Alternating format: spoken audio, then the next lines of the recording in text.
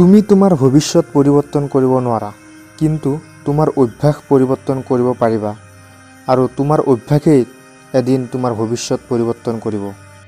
তেওঁৰ ওচৰলৈ কেতিয়াও উভতি নাযাবা যিয়ে তোমাক এৰি গুচি গ'ল, কাৰণ যিয়ে এবাৰ যাব পাৰে তেওঁ দ্বিতীয়বাৰলৈও তোমাক এৰি যাবলৈ কুণ্ঠাবোধ নকৰে। সপোন ভাঙি যায় টোপনি ভাঙি গ'লে আৰু মানুহ গুচি যায় স্বাৰ্থ পূৰণ হ'লে।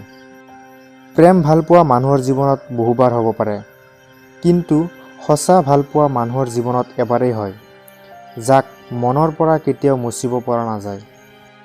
মনত ৰাখিবা, ভাঙি যোৱা বিশ্বাস আৰু এৰি অহা সময় কোনো দিনেই ঘূৰি নাহে।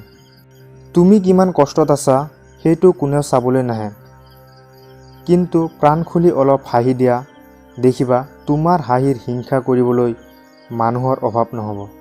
কোনোবাই যদি তোমাক বেয়া ব্যৱহাৰ কৰিছে, তেন্তে তুমি মনে মনে থাকিবলৈ শিকি লোৱা। দেখিবা তোমাক বেয়া ব্যৱহাৰ কৰা মানুহজনেও এদিন তোমাৰ ভৰিত ধৰিবলৈ বাধ্য হ'ব। কেৱল ধৈৰ্য আৰু সময় দিবা। ধৈৰ্য এনেকুৱা এটা গছ যাৰ গাত গোটেই কাঁটা, কিন্তু তাৰ ফল বহুত মিঠা। কোনো কামত হাৰ মানি যোৱাৰ নামেই জীৱন নহয়, তাৰ লগত যুদ্ধ কৰি জীয়াই থকাৰ নামেই হৈছে জীৱন। পৃথিৱীত সকলো বস্তুৰ অভাৱ সহ্য কৰা যায়, কিন্তু প্ৰিয় মানুহৰ অভাৱ সহ্য কৰা নাযায়।